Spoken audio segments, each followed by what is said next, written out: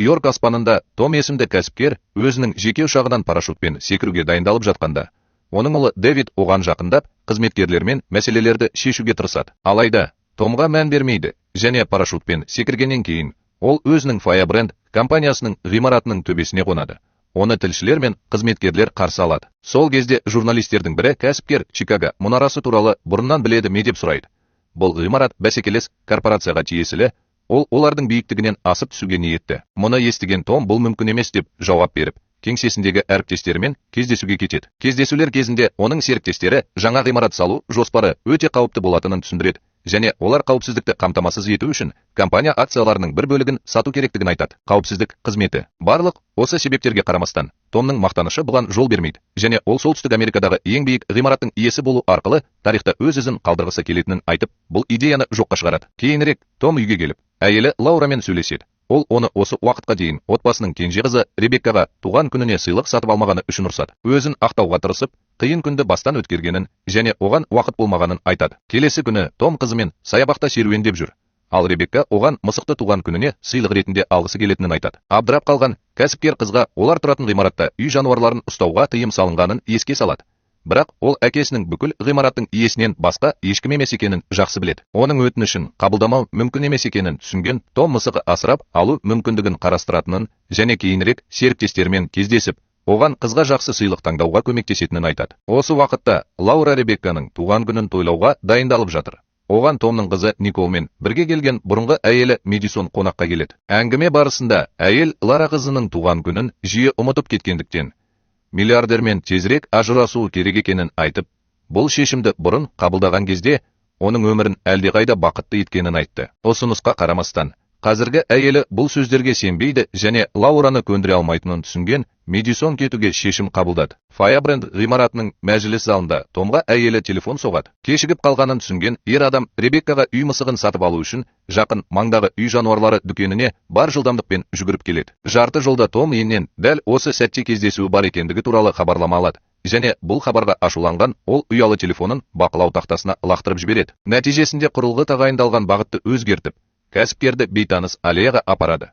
Онда оның айналасында ондаған мысықтар пайда болып, оны бақылай бастайды. Оның дұрыс жерде екеніне сеніп, Том үйге кіріп, одан да көп мысықтарды кездестіргенде, оны дүкенші Перкинс қарсы алады. Асығыс кәсіпкер сатушыдан мысықтарының бірін беруін сұрайды. Бірақ ер адам, шын мәнінде, жануарлар өз иесін таңдайды, деп жауап береді. Осы кезде мысықтардың бірі Томмен сөйлесу үшін үстелге шығады. Ал Перкинс оның бұл адам оған ұнаған болуы мүмкін. Өйткені бұл мысықтың мазасыз жандарға белгілі бір бейімділігі бар. Сонымен қатар, сатушы жануардың 9 өмірінің 4-еуін жұмсап үлгергенін және кенеттен жануар қашықтан басқару пульті арқылы теледидарды қосып, Чикагодағы Брандмауэр мұнарасынан биіктікке жеткен ғимарат туралы жаңалықтарды көрсеткенін хабарлайды. Ашуланған Том теледидарды өшіріп, тостағанды таңдап, ақысын төлеп, жаңа мысығымен кетуге дайындалып жатыр. Ол мұны жасамас бұрын миллиардерге телефон соғылады. Бірақ Перкинс оған қоңырауларға жауап бермеу керектігін айтады. Өйткені ол кешке кешігіп қалды. Мұны естіген Том шошып кетті де,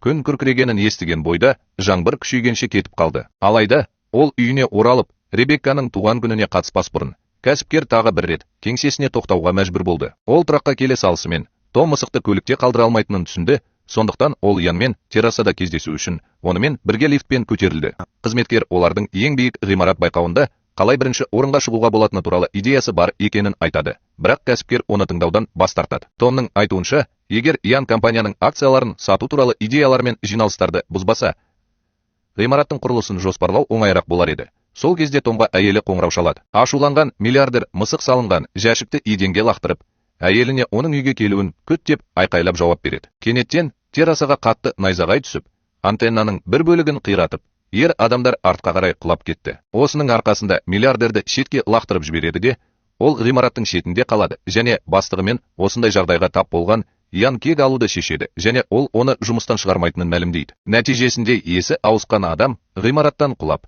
тіректерге соғылып, оны мысығымен бірге қабаттардың біріне лақтырып жіберген адамға қолын созбайды. Бірнеше сағаттан кейін фельдшерлер үй жануарымен бірге жедел жәрдем бөлмесіне жеткізілген кәсіпкерді құтқарды. Осы кезде Том өзінің әлі ояу екенін түсініп, абдырап қалады. Өйткені ол өзін үшінші тұлғада көріп тұрғандай сезінеді. Айналасына қараса, кәсіпкер қандайда бір себептермен оның жаны мысықтың денесіне жіберілгенін түсінеді.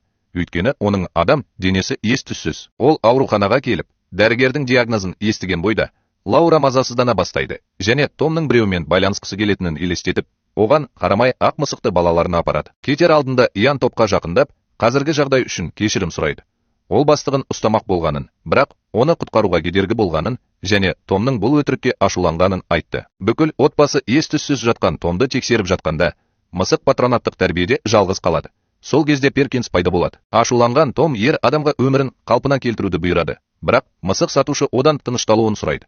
Өйткені егер оның шын денесі ақырында өліп қалса, және ол осы пішінде мәңгі қалса, бұл миллиардерді одан сайын қорқытады. Бірақ Перкинс мұның орын алуының себептері бар деп жауап беріп, онымен қоштасады. Кейінірек Лаура Ребеккамен бірге үйіне қайтады, және олар мысықты үйді тексеруге жібереді. Отбасына не болып жатқаны туралы ескертудің жолын іздеп жүргенде, Том кеңсе үстеліндегі қаламдардың бірін алуға тырысады. Бірақ нәтиже болмады, және ол тіпті планшетін сөйлесу үшін пайдалана алмайтынын түсініп, көңілі қалды. Бірнеше сағаттан кейін Лара мен Ребекка төсекке жатады. Ол біраз уақыт ішімдік бөтелкелерінің бірін ашып, көп мөлшерде ішкеннен кейін, ол үйді ыңғайсыз аралап шығады. Таңертең Том жағдайды түзетудің жолын табуға тырысады, және Перкинсті іздеуге баруды шешеді. Бірақ оны қызы тоқтатады. Ол оны мистер Шаш тобы деп атайды. Том отбасына не болып жатқанын көрсетуге тырысады. Бірақ Лара ешқандай белгілерді байқамайды.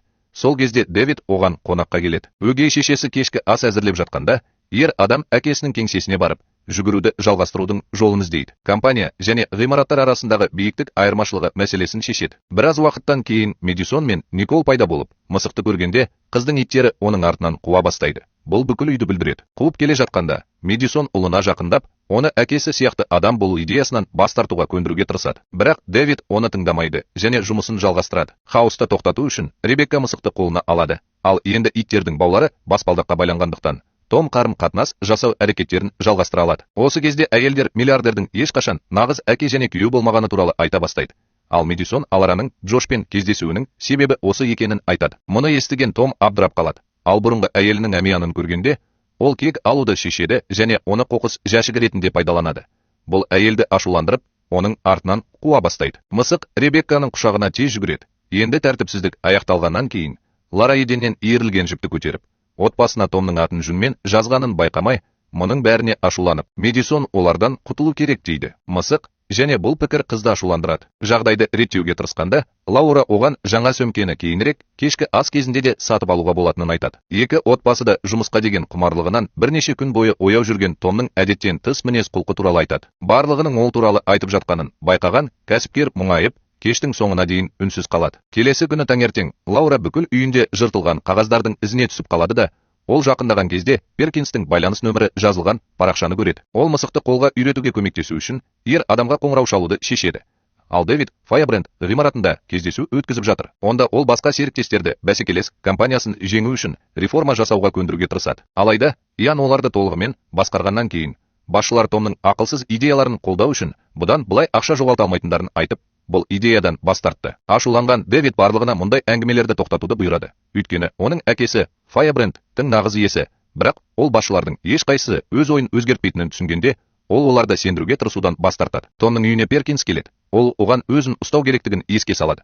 Өйткені егер оның адам денесі энергиясын жоғалтса, ол өмірінің соңына дейін мысық болып қала алады. Осыған қарамастан, кәсіпкер ешқандай қауіп төндірмейді, және бұл жиіркенішті мысық тамағын ешқашан жемейтінін және қоқыс жәшігін пайдаланбайтынын айтады. Оны сендіру үшін Перкинс жануарды алып, оны зарарсыздандыру операциясын жасау керек болуы мүмкін екенін айтып, Лаураға апарады. Мұны естіген Том қатты ашуланады. Ал мысық сыбырлаушы әйелге егер мысық тамақ ішуден және оны пайдаланудан бас тартса, бұл тамаша нұсқа болатынын түсіндіреді. Қоқыс жәшігі бұл тамаша нұсқа болар еді. Басқа амалы жоқ екенін түсінген кәсіпкер Перкинстің ұсыныстарын орындайды. Бұл өмір салтына ренжігеніне қарамастан, Том өзін нағыз мысық сияқты ұстай бастайды, және уақыт өткен сайын ыңғайсыздана бастайды. Бірде Лараға Джош қоңырау шалып, онымен өзі кездесуін сұрайды. Әйелі оған опасыздық жасады деп сенген Том ашуланып, әйелінің әмиянындағы кілттерді ұрлап, кек алуды шешеді. Ашуланған Лара жануарды бүкіл үйіне қуып жібереді.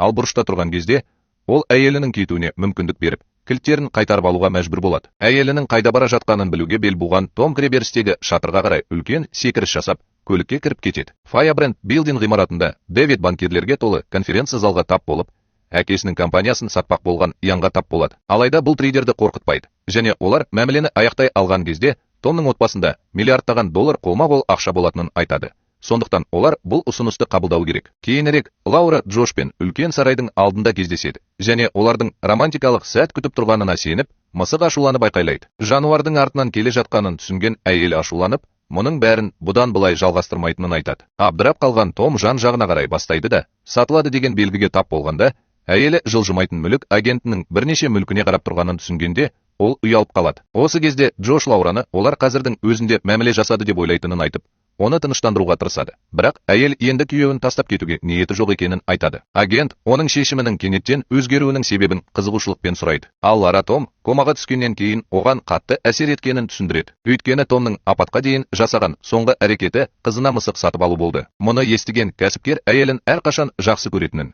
бірақ ол оны естімейтінін айтады. Кенет әйелге дәрігерлердің бірі телефон соғады. Үйде Лаура Ребеккаға Томның әлі ес-түссіз жатқанын айтады. Бірақ ол бірінші күннен бастап ешқандай жақсару көрсетпегендіктен, ол ауруханаға жатқызылғандықтан, оның қайта оянбау ықтималдығы жоғары. Алайда, қыз бұл туралы алаңдамайды және анасын тыныштандыруға тырысады. Оның әкесі соңғы кездері өте көп жұмыс істеп жүргенін және оған тек ұзақ уақыт демалу керек екенін айтты. Бірнеше минуттан кейін Том қызының не істеп жатқанын тексеру үшін келеді және Ребекканың кішкентай кезінде әкесімен билеп жатқан видеосын көріп отырғанын көргенде қатты қуанады. Оның ең жақсы әке болу керек екенін түсінген кәсіпкер өмір бойы жасаған істеріне өкінеді және қыздың көңілін көтеру үшін олар шарлардың бірімен ойнай бастайды. Осыдан кейін Ребекка мысықты тізесінде еркелетеді. Оған Никол келіп, бетін жуып, жылауын тоқтатуды өтінеді. Жас келіншек жуынатын бөлмеге барады. Бірақ ол Николдың жылап жатқан қызының суретін жарияламақшы болғанын байқаған кезде, Том ашуланып, ұялы телефонын еденге лақтырып жібереді. Көп ұзамай мысық телефонды Ребеккаға алып келді. Ол қыздың не істемек болғанын білгенде шошып кетті. Никол мұның жай ғана әзіл екенін түсіндіреді. Бірақ жас келіншек оған кет деп айтады. Өйткені аналары араласып жатқанда, олар дос емес. Кек алу үшін Ребекка қыздың ұялы телефонын дәретханаға лақтырып, төсегіне қайта кіріп, Николды ашуландырады. Күндер өтіп жатыр. Ал Том әйелі мен қызына күнделікті істеріне көмектесіп жатыр. Егер ол қайтадан адам болу үшін осылай істеу керек болса, онда ол бұрын соңды болмаған ең жақсы мысық болуға ұмтылады деп ойлады. Алайда миллиардердің бақыты ұзаққа созылмайды. Және бір күні Дэвид резиденцияға келіп, Янның Firebrand компаниясының акцияларымен бірнеше мәміле жасағанын айтады. Оның компаниясына қауіп төніп тұрғанын түсінген Том ұлының құжаттары салынған жәшікке тығылуды шешеді. Ол оны ғимаратқа апарып, кеңсесіне жетуге мүмкіндік береді. Бұл кезде мысық иеннің серіктестерінің бірімен сөйлесіп жатқанын көреді.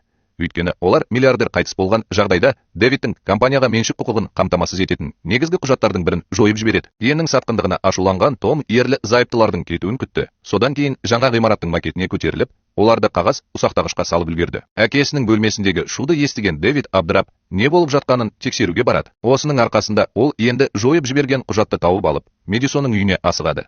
Ол ажырасқаннан бері компанияның бірнеше файлдарын сақтаған шкафтарының бірінен көшірмесін қалпына келтіріп үлгереді. Таңертең Ян отбасының үйіне келіп, Лаураны Томның көліктерін өшіруге көндіруге тырысады.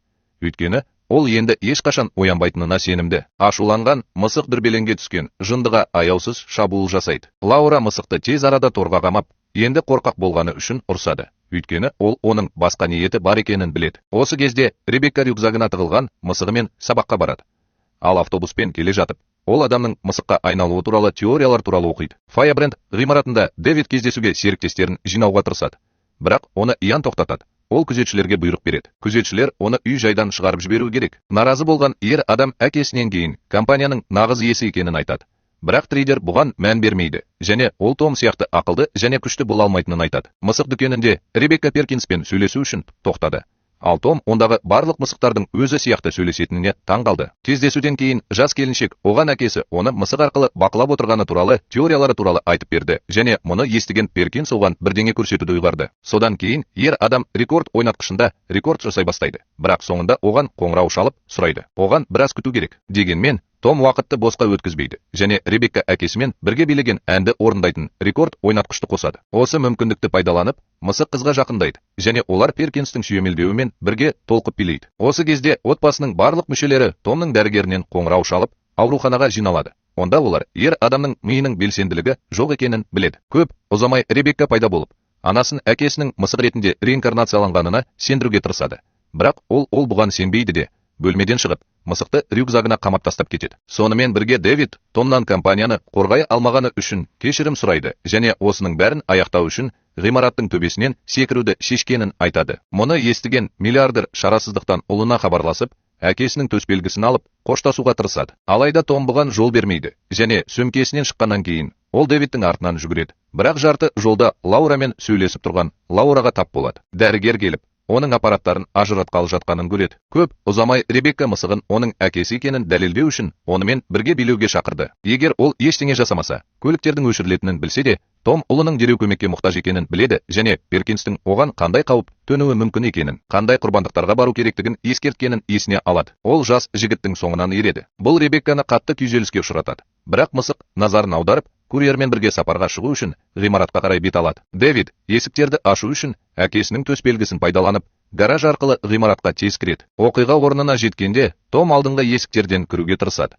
Бірақ оны қоқыс жәшігіне тастамақ болған күзетшілердің бірі ұстап алады. Осы кезде Перкинс пайда болып, жануарды күзетшіден алып, оны күзетшілердің біріне апарады. Осының арқасында Том ғимаратқа кіріп үлгереді және олар басып кірген мысықты кездестіргенде, қабылдаудағы күзетшілер оған шабуыл жасамақшы болады. Бірақ олардың бірі әріптесін тәсермен ұрып тастайды. Оның мүмкіндігін пайдаланып, мысық камера мониторына жүгіріп барып, ерлердің назарын террасаның жоғарғы палубасында тұрған Дэвидке аударады. Барлығының назары ұлына аударылған кезде, Том лифтке күзетшілермен бірге кіріп үлгереді. Олар ер адамның ғимараттан секіруіне жол бермеуге тырысады. Сонымен бірге Том ұлына қарай жүгіреді, бірақ ол оған жетпей тұрып, Дэвид ғимараттың төбесінен секіреді. Екі рет ойланбастан, мысық катушкалардың біріндегі сымдарды ұстап алып, оның артынан секіреді. Бірақ сымдар тез бітеді. Көп ұзамай Том ұлының парашютпен секіріп бара жатқанын байқап, енге қарсы тұру үшін барлығының назарын аударғысы келетінін түсінеді. Қасындағы мысықты көргенде, Дэвид абдырап қалады және ұлына зиян тигізбеу үшін оған парашютты іске қосу туралы белгі береді. Осының арқасында ол аман есен түсіп үлгереді және оның миссиясының осымен аяқталатынын түсінген Том Дэвидпен қоштасып, оған әрқашан ұлы адам болғанын айтады. Осы кезде ғимараттан жүздеген отшашу атылып, Том жерге құлаған бойда ауруханада әйелі мен қызының құшағында оянады. Сонымен бірге Дэвид баспасөздің алдына қонып, корпорацияға меншік құқығы туралы құжатты көрсетіп, Firebrand әрқашан отбасылық бизнес болатынын айтады. Ақырында ер адам Ианның жұмыстан шығарылғанын айтады және айналасындағылардың бәрі оны қол шапалақтап жатқанда, оған әйелі, анасы қоңырау шалып, Томның ақыры оянғанын айтады. Жақын жерде Иана шуланып кетіп қалады. Бірақ жарты жолда оны Перкинс таңғалдырады. Ол оған барлық істерін тастауды бұйырады. Алайда ер адам тыңдамай, жолын жалғастырып, оны көлік қағып кетеді. Нәтижесінде Иен мысыққа айналады және осы денеде мәңгі өмір сүруге мәжбүр болады. Ол Перкинстің дүкеніне қызымен бірге отбасына жаңа үй жануарын әкелу үшін келген Томды кездестіргенде, ол одан сайын ашуланады. Қуанып, Перкинс жақында осы отбасының бір бөлігі болуды ұнататын ескі досын құтқарғанын айтады. Содан кейін ер адам оларға Томның өзгерген мысығын көрсетеді. Ал Ребекка оған әкесі ғана емес, оның өміріндегі жаңа досы да оралғанын білгенде қатты қуанады. Сонымен, бұл фильм туралы не ойлайсыз? Оны төмендегі түсініктемелерде қалдырыңыз. Ал егер сізге видео ұнаса, лайк басып, жазылыңыз, сондықтан жаңа фильм шолуларын жіберіп алмаңыз. Келесі кездескенше.